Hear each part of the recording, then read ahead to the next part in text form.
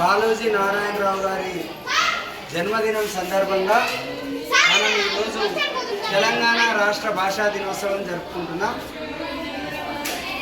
తెలంగాణ రాష్ట్ర ప్రభుత్వం కాళోజీ చేసినటువంటి భాషా సేవకు, తెలంగాణ భాషను కాపాడడానికి ఆయన చేసిన ప్రయత్నాన్ని దృష్టిలో పెట్టుకొని తెలంగాణ రాష్ట్ర భాషా దినోత్సవంగా అతని జయంతిని జరుపుకోవాలని నిర్ణయం చేసిండు.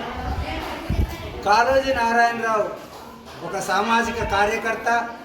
తెలంగాణ భాష అభివృద్ధి చెందాలని, మనం మాట్లాడే భాషనే పుస్తకాలలో ఉండాలని, దానికోసం అనేక రకాలుగా తాను ప్రయత్నం చేశాడు.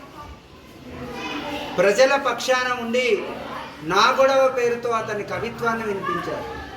ఇలా కాళోజీ నారాయణరావు ప్రజల కోసం, సమాజం కోసం, ప్రత్యేకించి తెలంగాణ వాళ్ళ కోసం ఆయన చేసిన సేవలు నిరుపమానమైనవి.